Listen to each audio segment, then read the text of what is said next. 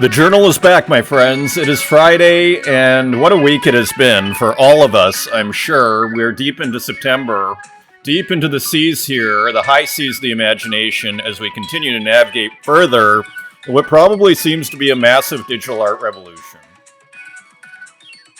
Maybe I'm wrong. I don't know. The debate continues. Artist Journal, September 29th, 2023, broadcasting from the Cartographer's Workshop deep in inner space on the pirate ship of the mind.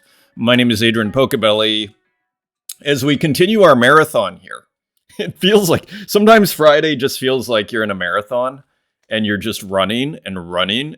But then, you know what my favorite part of exercising is? One of my favorite kind of experiences with exercises, I go to the classes because I'll never do work by myself as far as exercising. It's a little dry. It's a little boring for me.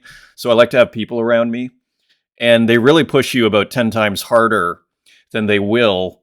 The hair's on full blast here this morning here. They will push you harder than, at least for me, harder than I ever will be on my own. And you kind of get tired. Let's say you're getting really tired, but then sometimes about like 2/3 the way through a 45-minute class, almost like 35 minutes in, you get that, what I call escape velocity, the second wind, where all of a sudden you just have full energy, and then that kind of re-inspires you, and all of a sudden you're stronger, arguably than when you started. You're just getting warmed up, and then you get that kind of, full on. We're kind of back to the inspiration topic, the power of the mind to inspire us to move and to do things. So that is we talk about everything here. And so let's get into it. I think it's going to be a nice kind of tighter, shorter show here, thankfully, for all of us as we approach the end of our exercise class for the week here. And so here is Cider with, I feel like this kind of looks like a meme that I don't recognize. I feel like this is an owl and this is a crow done with Cider's beautiful, beautiful style. And if you've never heard of Cider before or seen his work, he's a 21-year-old in Brazil, studies industrial engineering, who makes these gorgeous works, not even like a huge background in art history, he's a natural. He's basically a natural in the digital art space and just makes these incredibly beautifully textured works. Part of the magic of these textured works is Cider uses, I believe, sometimes physical objects. So let me just see if I can zoom in here. Because when you see work like kind of, I don't even know what I'd call this. Maybe we're back to the detritus word or just particle matter, kind of shooting around like this. And you're thinking, if you're wondering, is this 100% digital? I'm assuming it's probably not. I mean, this looks like there is a physical influence. And look at how great this is. These textures here, these digital textures, kind of nice sharp beak here on what looks like the owl. But then just like the feathers and everything, it's really brilliant. It's painting in a completely different way, isn't it? This is not, buying the special brush at the store, learning mediums so that you make these gorgeous brush marks, using the liquid acrylics, with the heavy duty gel, and then you get your brilliant brush marks, for example. This is a completely different way of working, of mark making. This is digital painting, right? And like the only brush that's perhaps used is maybe an Apple Pencil or a Wacom at some point, or a mouse. So this is a completely different beast. Nevertheless, we still maintain gorgeous, gorgeous textures here. Painterly textures, novel painterly textures. So, and I mean, look at the eye. I mean, again, Cider, a natural. And look at all this interesting, depth and everything. The color, beautiful contrast here, the red with the yellow. This great mark making, I want to say. Although, again, this is not like, this is like mark making as a form of editing. And this is the crow, by the way, but this is like decision making mark making over, I'm going to do my arm like this, I'm assuming. It's more like, I'm going to take the transform tool, or I'm going to apply this filter. I'm going to scan this in. Maybe I'll rescan and process and export as a bitmap. Who knows? Right? And that is one of the joys, actually, of a good artwork oftentimes, is you don't know how it's made. When you don't know how it's made, when you kind of have it all figured out, it can still be brilliant and beautiful and amazing.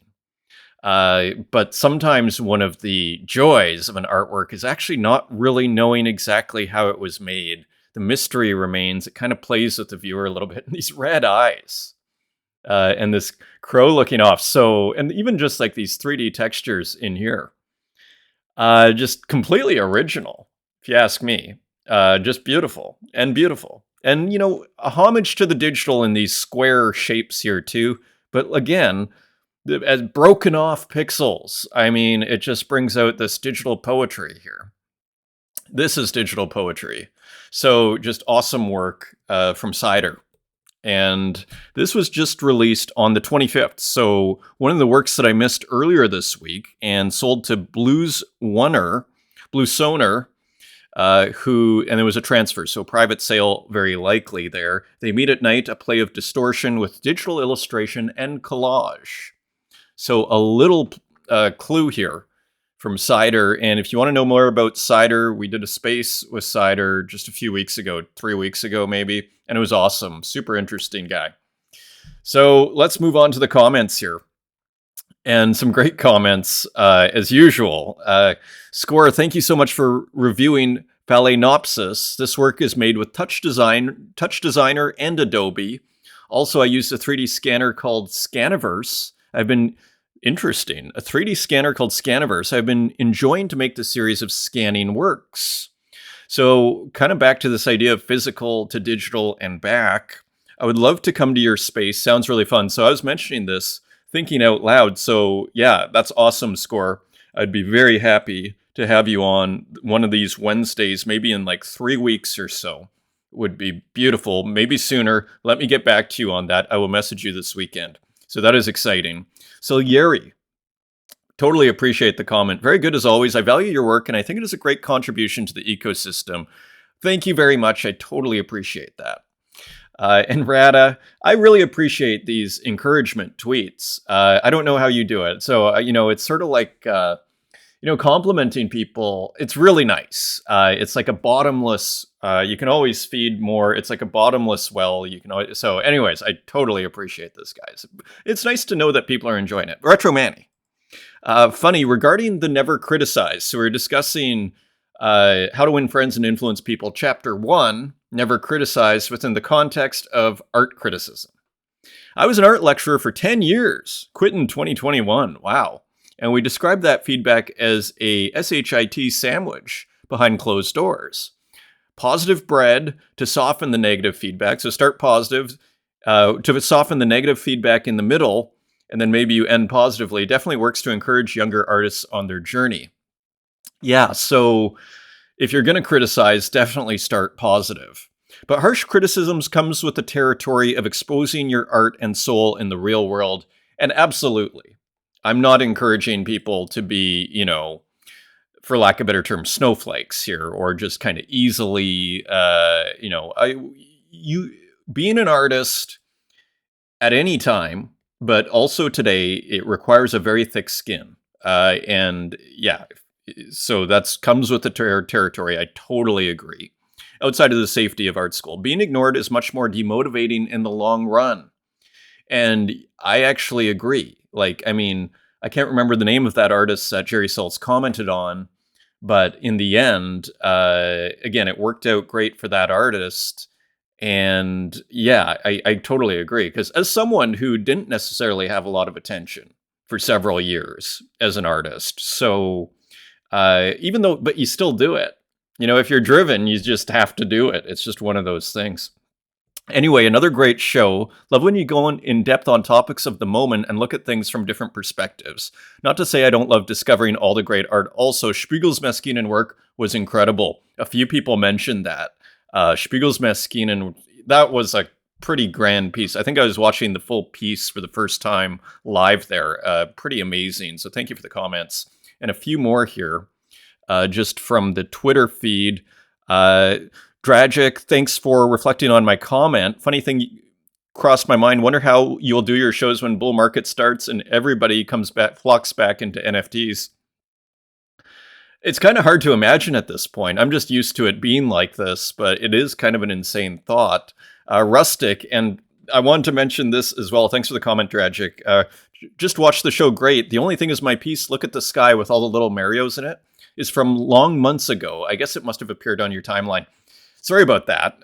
Although you sounded happy enough that it was on the show, so all good here. But yeah, sometimes on Object, now they have notifications if something gets repriced, so that if I'm not careful, I'll think that that's a new work. So anyway, I think we have another Rustic in today's show, actually. It's great to see Rustic back, and thank you for the comment.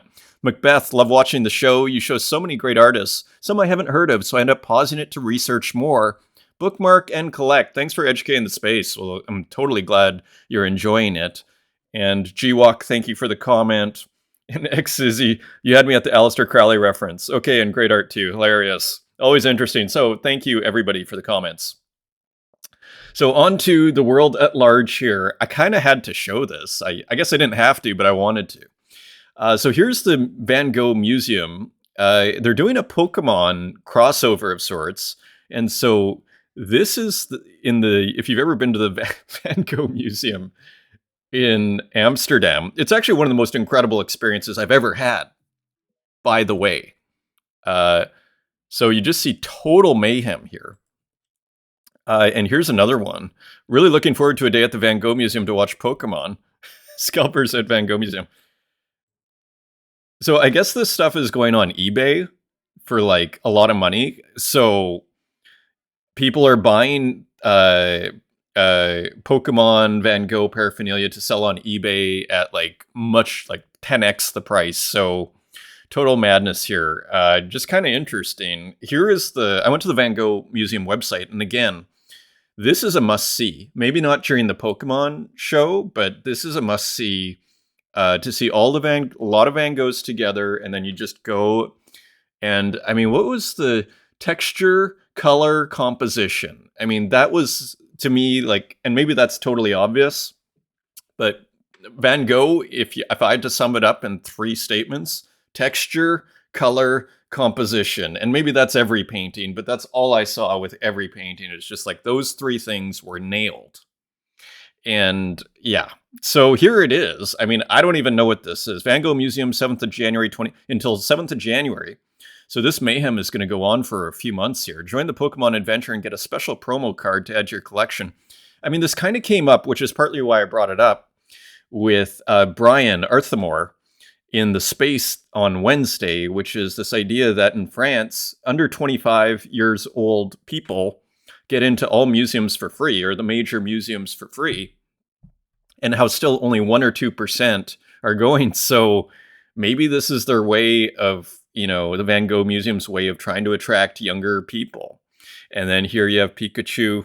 It's quite a statement, isn't it? I mean, it's interesting. Like, I'm not sure if it's a good or a bad thing, a neutral thing. Curious if anybody else has any thoughts on this. Like, maybe it's a sort of, look, as knowing people that have kids. I don't have kids, but knowing people that have kids and they're maybe getting into trouble playing video games all day, if this gets them into the Van Gogh Museum, so be it. So in a sense, from a pragmatic, practical perspective, maybe it's a great idea if it gets, kids who would never go to a Van Gogh museum into the Van Gogh Museum. So maybe it's a great idea. Mark Kelly, so interesting. I mean, this was on my endless list of things to do. Oh, start a Nifty Gateway curator thing.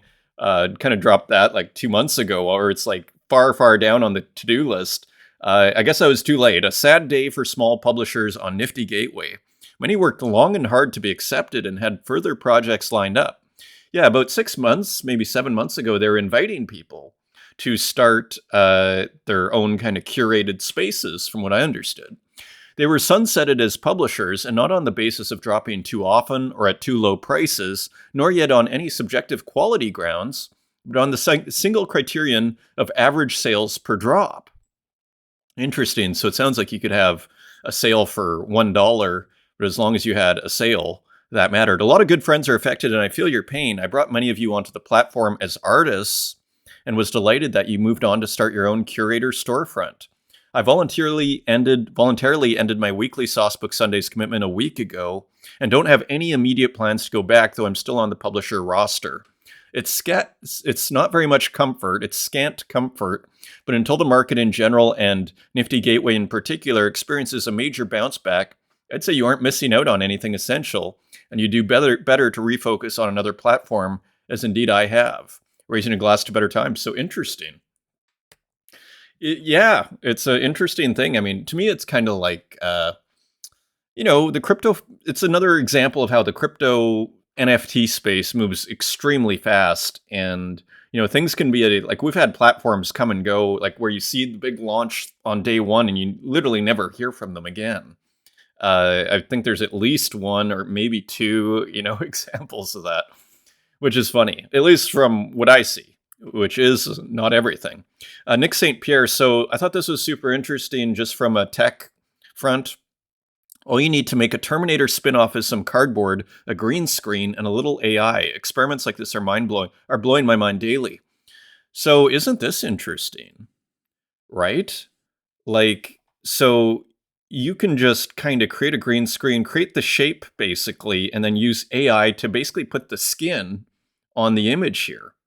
Like it's like skinning a website, like changing the skin. It's kind of like that, so it's kind of like, how we're discussing with cider? This is a completely different way of painting. I almost want to put painting in quotes. It's kind of like here. Like digital media is completely transforming our creative process in ways that are weirdly, I mean, there's nothing new about digital, but we're still kind of, at least me personally, I'm still like kind of figuring out the implications of what that means. And I think this is like another example of that. The process is completely different. There's no light design, sound designer, costume designer, makeup artist, special effects person. It's like AI and a cardboard box with a green screen. So interesting. This was quite interesting too. Safe Dave, digital print of Memories of the Seaside on German etching paper. Now this, just to give you a bit of background, this was made on Procreate. So here you have this image, digital image made on a tablet. And here, I mean, I thought this looked pretty persuasive and convincing, at least from the, standpoint of this video. And I think, as you look at it, it seems to me this German etching paper, this very textured paper, may be part of the secret. Because I brought it up here before, and I'm sure a lot of you, recognize inkjet. And maybe this isn't inkjet. I mean, what is this? Digital print. It's probably inkjet. Inkjet is kind of like a bit boring, generally speaking, but maybe this is a solution. Alpha for artists over here. Maybe this is a solution. You have a textured piece of paper, get some really nice, say, German etching paper. All of a sudden, your inkjet looks way more interesting. So I'm taking note over here. This is a journal. And here, look at this. So maybe it's that simple. So Safe Dave, very interesting. Looks like a German 409, 409. Machine. Check out Machine. GM kittens. So we're looking at some of Machine's work on Object. And so here is some of Machine's kind of airbrushed work, and you see Machine kind of working here live, and you see how talented and actually how talented Machine is here. Like pretty good, and just doing this live, like you can't make a mistake with that on this bag. So impressive, and again, super fun. I think someone else was commenting on this in a comment, just like how fun these works by Machine are. Again, reminds me of that other artist who Xuoxo, Xuoxo, just kind of really fun, kind of innocent, seemingly. Ed Marola. So Ed Marola was saying how he had found a plugin called AI-assisted pixel art for Aseprite. like a plugin, AI plugin for Aseprite. After a few hours testing the Pixel Lab, AI-assisted pixel art for Aseprite. These are my findings. Very useful if you plan to make a game. If you want stuff that looks like classic pixel art, rather than, I assume, AI pixel art. Not too into experimental stuff, not for me. Already canceled the subscription. So there's Ed's review. Made a few cool assets, though. This was my favorite output. If you feel like I'm not 100% sane, I'll agree with you. And so, very interesting. You know, there's a video. There's a video that could get like a lot of attention. Ed Marola trying out, you know, a plugin, AI plugin, Pixel Network. Yeah, just gold. So anyways, very interesting. Thanks for sharing the results, Ed. I will be in touch shortly. This is awesome. I already have like a kind of a web draft website kind of on its way. Françoise Gamma. I thought this was, so I really like what Françoise Gamma is doing right now, showing seemingly influences from the 80s, and I assume this is accurate. Microsoft Windows Clock version 1.01, 1985. And here, I mean, it looks like a Françoise Gamma work, doesn't it? So how cool is that? And I assume that's like actually what this is. And you see these like, it's quite beautiful. So I thought that was just really cool. Into the paintings we go, into these beautiful digital art paintings. Already 100 euros here for RJ's new work, Desert Screen, another AI trained on David Hockney. After AI trained on David Hockney, beautifully small at 950 by 710 pixels. This is pixel art, but as Rada has pointed out many times, infinitely scalable. And so here, another, you know, what I put in short form, another spectral Hockney here, signature RJ. You know, there's something about RJ's work that it really does capture, and that's what's part of what's so interesting. It really does capture the aesthetic, that kind of the aesthetic, the meaning, the signification of these kind of quiet settings with these people and their objects and their modern settings, the postures, you know, the plants, and even just like, what is this? This looks like some sort of, you know, stage set here, or I don't know, just like some sort of portable, you know, area here in the middle of a desert or something. And this figure here in the suit, kind of surreal, actually. I mean, it's almost got a Paul Delvaux feel to it as well. Also in the kind of the just significance kind of shimmering off of the quietness of the work. So, you know, again, I'd call this like narrative painting. There's an auction on. It is for 100 Tezos right now, and there are 8 hours to go. So last one went for 650. RJ on a roll. I tell you, I've been putting out Tezos one of ones. I'm seeing a few one of ones. They're doing well. There's a real, like, if you're having trouble with sales, you know, put out some one of ones is what I would say. I just think there's an appetite for it right now. For Tezos one of ones. They're cheap ways of getting original one of one art.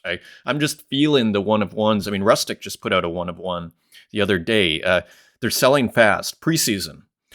So here, Photoshop and a mouse. I love how Rustic puts the hardware, not just the software. Zona Playa Redondo. So I'm not sure what this is. Let's take a closer look here. Edition of 10 for 12 Tezos.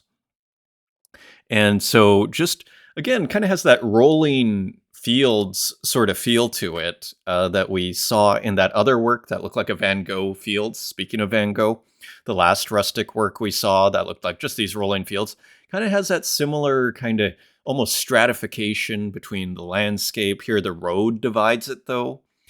A brilliant, beautiful work of art here. Again, probably from memory, as Rustic was pointing out here.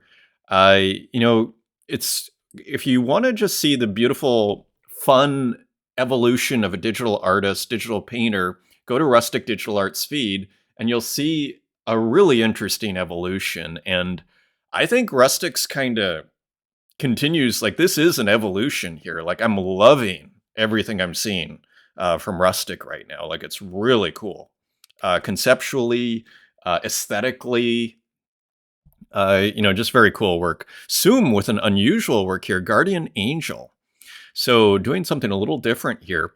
I almost wonder if perhaps this has an AI. If this is AI, let's just check the tags here. It is. I didn't realize. I was like, this looks different for Zoom.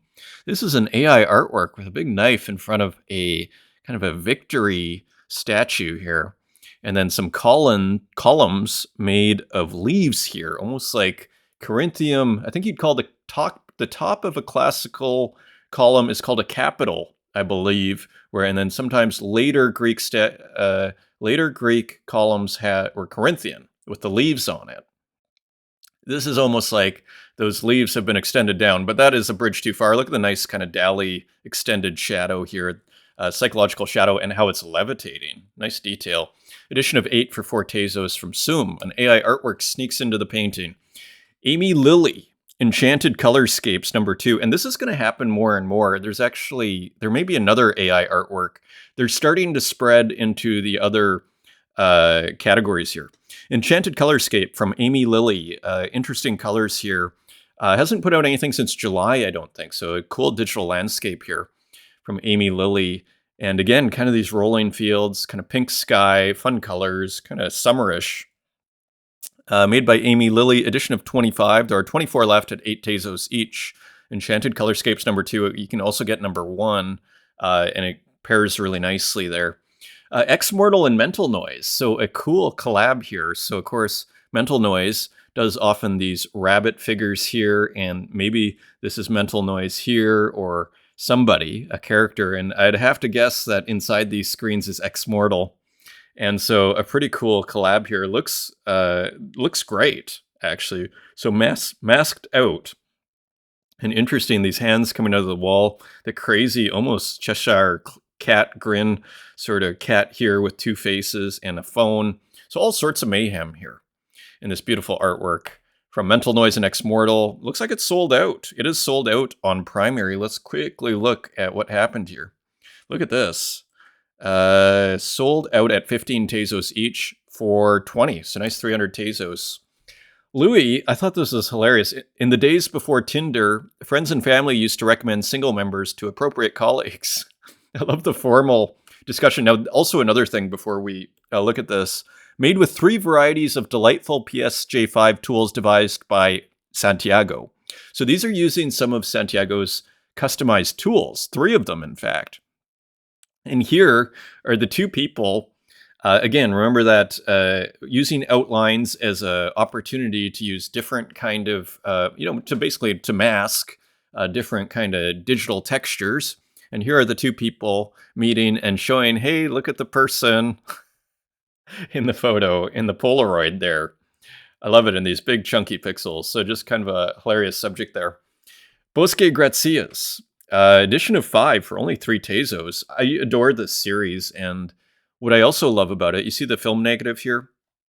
I mean, Bosque makes it different every time. Sometimes the film negative is dark, sometimes it's light, sometimes it's dark on one side, light on the other. Here it's light on both. And then here, of course, you have the creation of Adam. Looks like the old version before they did the big restoration. I think that was in the 90s at the Vatican in the Sistine Chapel there, and other kind of pictures from the Sistine Chapel. Almost looks like a slide or something's been cut out here. Nice kind of roughness there too. So just really cool work. I just adore this series by Bosque Gracias, I believe out of Argentina. Look at this, Zisia Blietkas, using MS Paint, and this is brand new, floaters, experimental. So back to our, indie or alternative digital art. I kind of want to classify this in that, put that in that loose genre here, and just really cool experimental work. Look at the gradient of the sky here going sideways rather than vertical, and just all sorts of stuff. I actually brought it up big, kind of a landscape here. I want to show you like up close what's going on, like how experimental this is, and all these great textures here, combining different kinds of mark making. Maybe this is processing like through a kind of, ASCII filter, let's say, but then painting over top. So playing with different kinds of mark making here. And look at this, so layering, right? So just interesting experimental art here. And here you see how actually complex this work here is. And look at this, again, very interesting trees here. I mean, this is bold, edgy, as I like to say, like it's not easy making these kinds of decisions. So just, oops. So very, an interesting pink stripe at the bottom there, which changes at the end. And look at the stars too. So fascinating work here. Let's just get the name again. From Zizis Blietkas. So awesome. Edition of 20 for 10 Tezos. There are 8 left, so they're selling, which is awesome. Nuv 1914, Lineal. So kind of a bit more representation here. I love the plants. I assume that's what this is. Almost like a tree here with these little red, almost like little berries or something. They almost look like olives too. And then you see how blurry this is down here.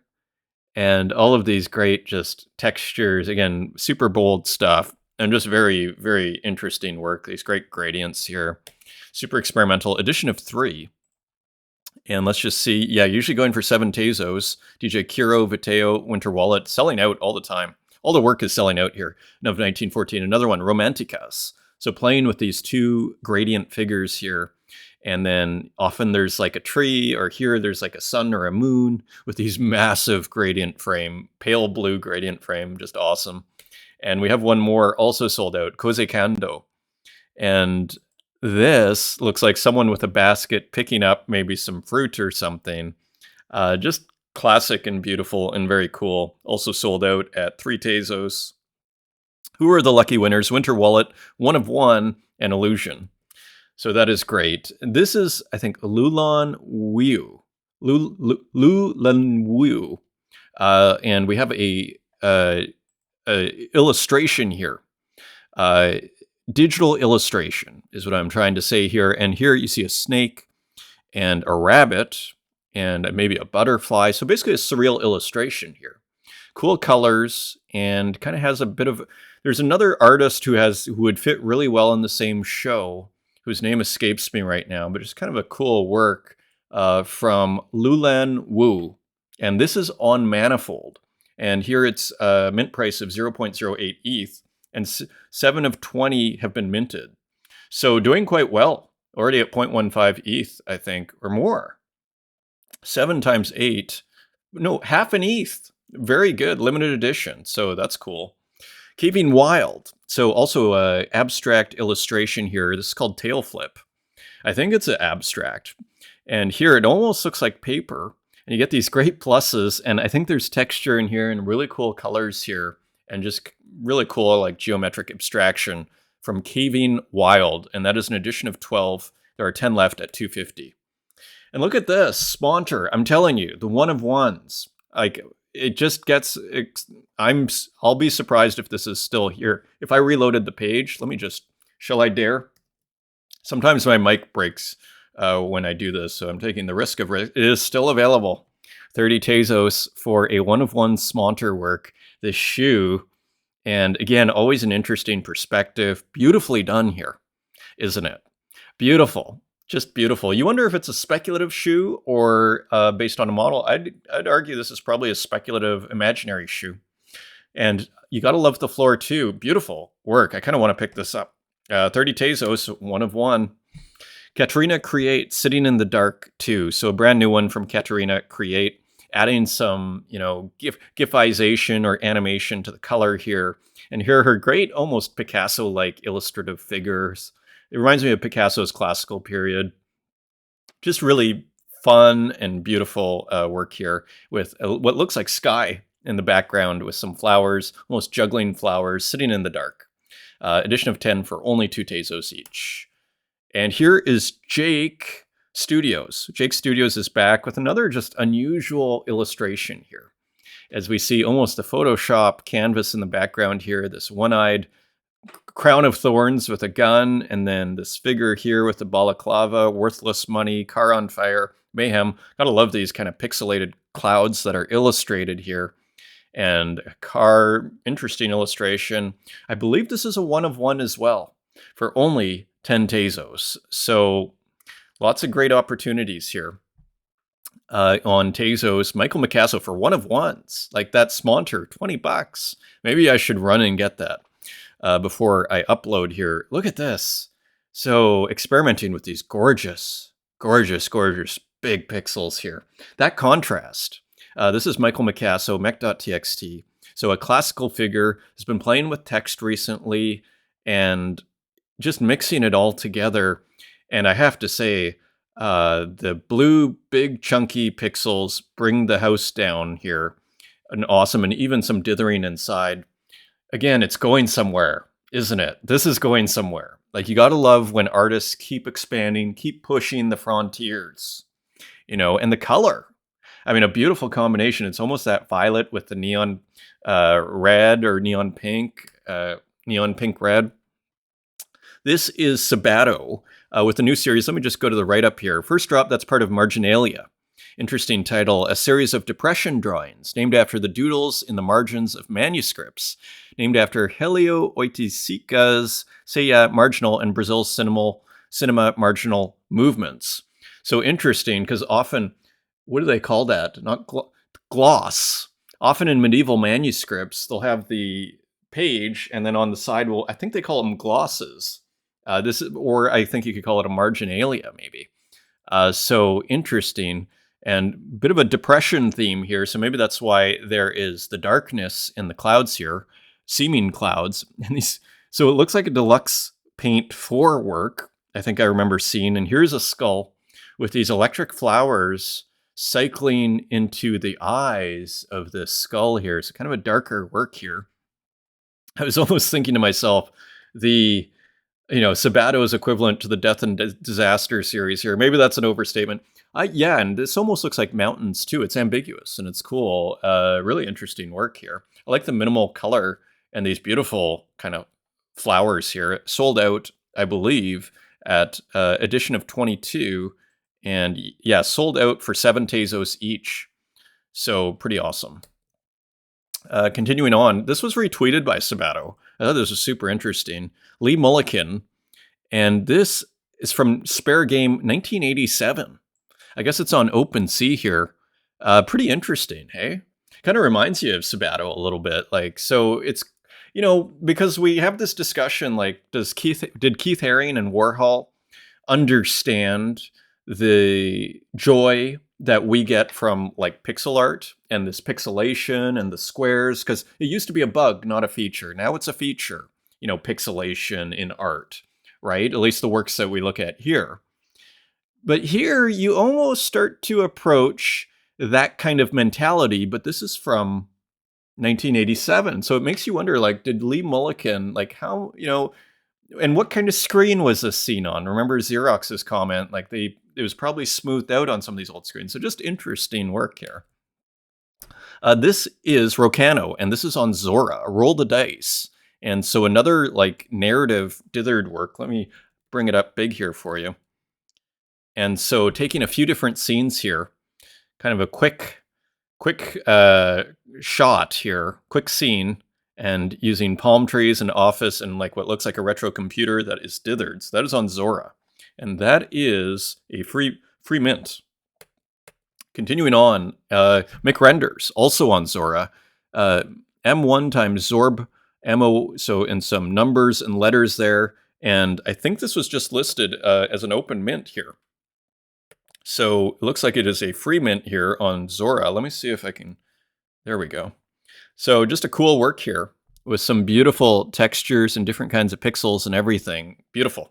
A little happy face cycling through and continuing on. Look at this, R. Presti. I think this is new. This almost looks like a work that could have been 2021, September 28th, 2023. Cool work.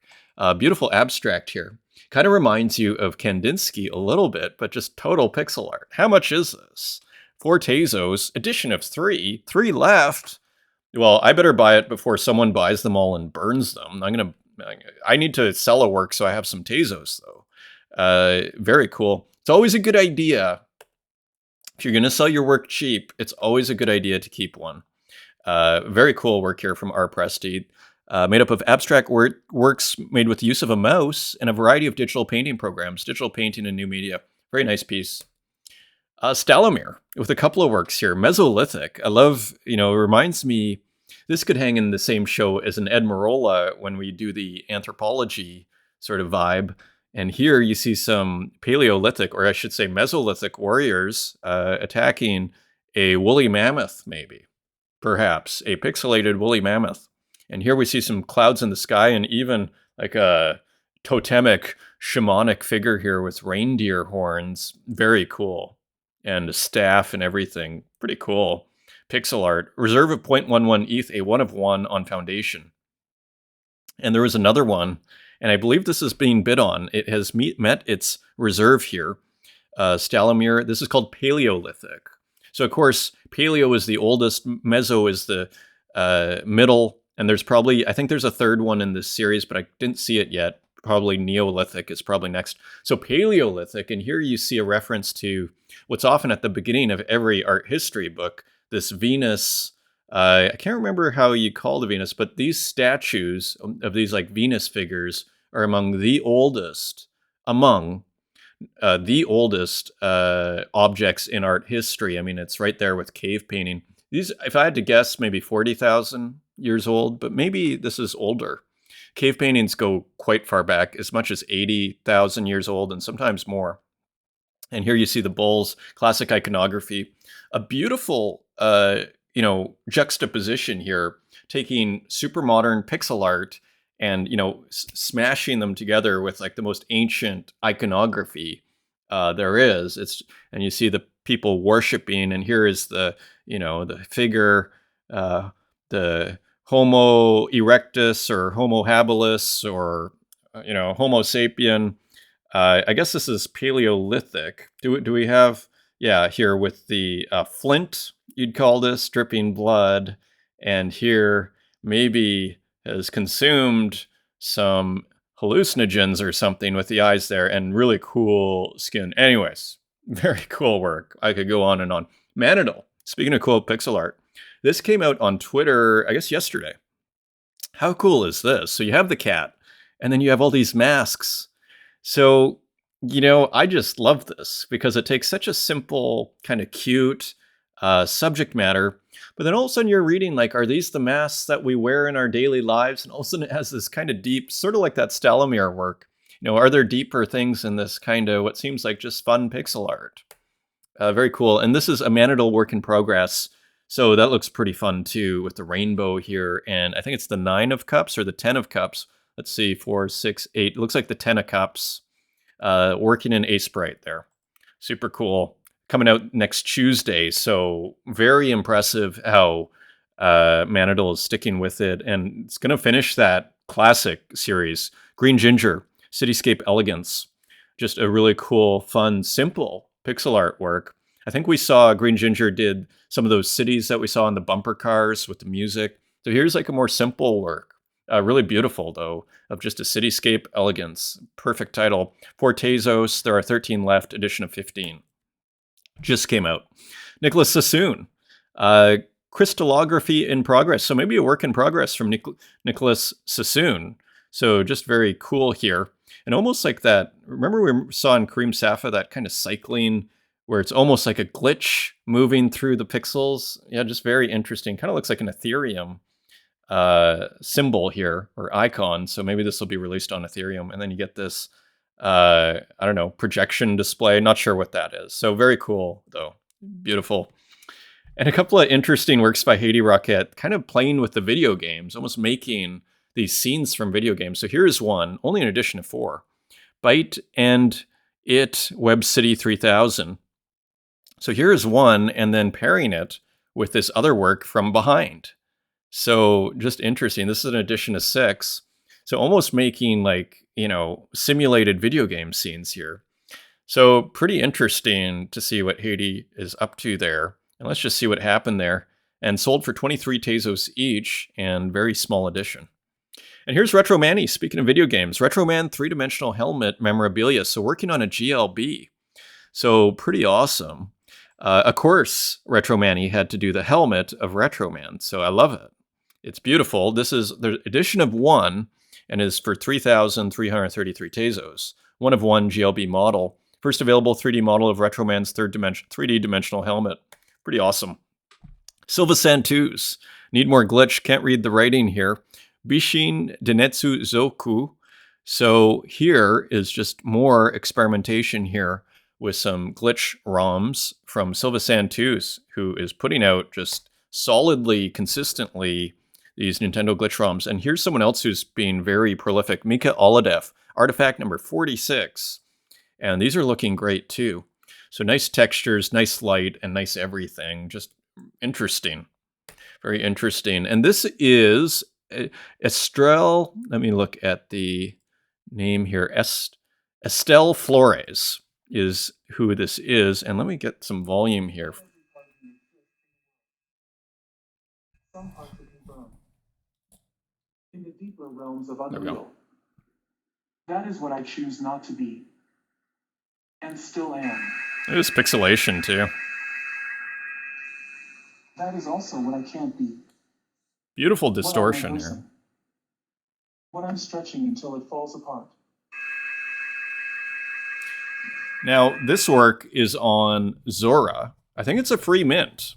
Recorded on The Sims 4 and processed on Hydra Synth, Estella Flores. So cool. So Estelle is on Zora. Unreal Engines. Cool title. And continuing on, Strano, the Gardener. It's Never Enough, edition of 25. So Strano makes all sorts of kind of black and white psychedelic works is how I describe Strano. And here's just kind of a wild one here. It looks like a city that's kind of coming from the sky. The Gardener, kind of a cryptic title here. Edition of 25. Look at the offers. Look at Strano's market. There's Xerox at 146, stateless for 500. Wow. So what a market. That is impressive. Edition of 25, and looks like we'll take in 2,000, maybe more. Amazing. Probably more. Skomra. Tree 3. I mean, a healthy market when you see that. Tree 3. So another beautiful Skomra tree here using stable diffusion. Beautiful stripes in the background. Just these original portrayals using AI. How cool is that? And you kind of still get this almost like sports-like user interface at the bottom, like you're watching a sports program or something. This great noise here, but you can tell it's AI. Processed in AI by the shapes, actually, by the texture of the shapes, and the shapes themselves. Created with stable diffusion and diffuser's textual inversion to Tezos edition of 20. And here's another one that Skomra just posted on Twitter here.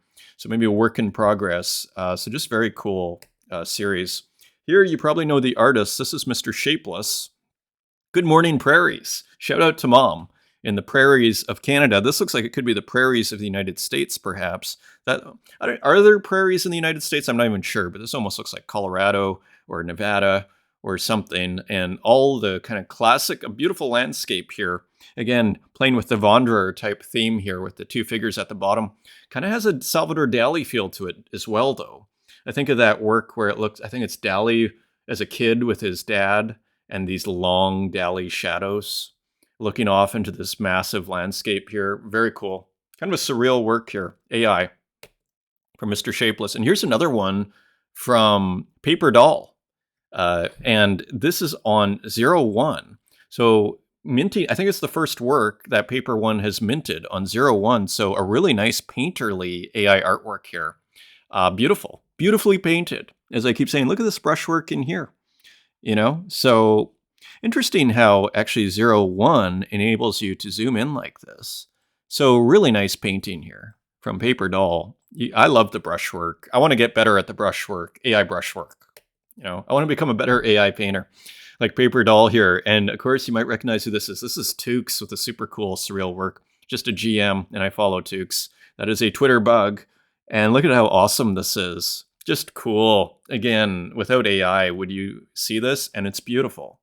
So AI needs to be dealt with when I see works like these. And this I saw on Instagram, Christina Banban, a painter we haven't looked at before, a new discovery here. So thrilled for my first solo show happening in London since I moved out in 2018. La Matrona on October 9th at Scarstead Gallery. I can't wait to celebrate. So a pretty interesting painter here. Christina Banban. Right? So new painter, probably a recent graduate from what I understand. So just interesting to see what people are up to and see, new talent as they come out in the art scene here, in the contemporary art scene. And we've looked at Nugget Brain. This is Luca Bjornsson, and there is a poster out in big booth in Barcelona at the Barcelona Art Fair. Look at how great this poster looks. This is beautiful, and there is a contrast between the brushwork here in Luca Bjornsson's work. Brilliant, brilliant. I mean, a grocery store, making it this could be so easily just being seen as a pop art derivative, but it feels very fresh, doesn't it, in the way that it's done. And the contrast here between this really, what looks like Arial or Helvetica text here with the nice, really blocky and geometric and solid with the brushwork, it looks beautiful together. Very beautiful. I think it's a Helvetica. And look at this, Wedgebro. This is beautiful, this cat here. And my favorite part is maybe the color. It almost looks like a black and white work, but can you see the color here?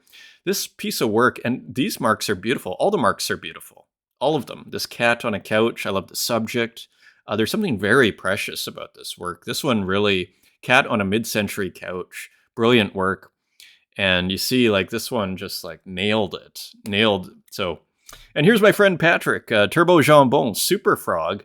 And I was thinking, if Patrick had Pepe on here, he would be I'm sure he would go viral there. So here he is in Korea at a performance, Super Frog performance by Patrick Jambon in South Korea. So I think he's there right now, hilariously. So yeah, so there is the frog. So I don't think it's a reference to Pepe, but there may be an opportunity. I may have to talk to him about that. Thank you for all the support and everything. I hope you guys have a great weekend. Thank you for everything. Until next time, take care.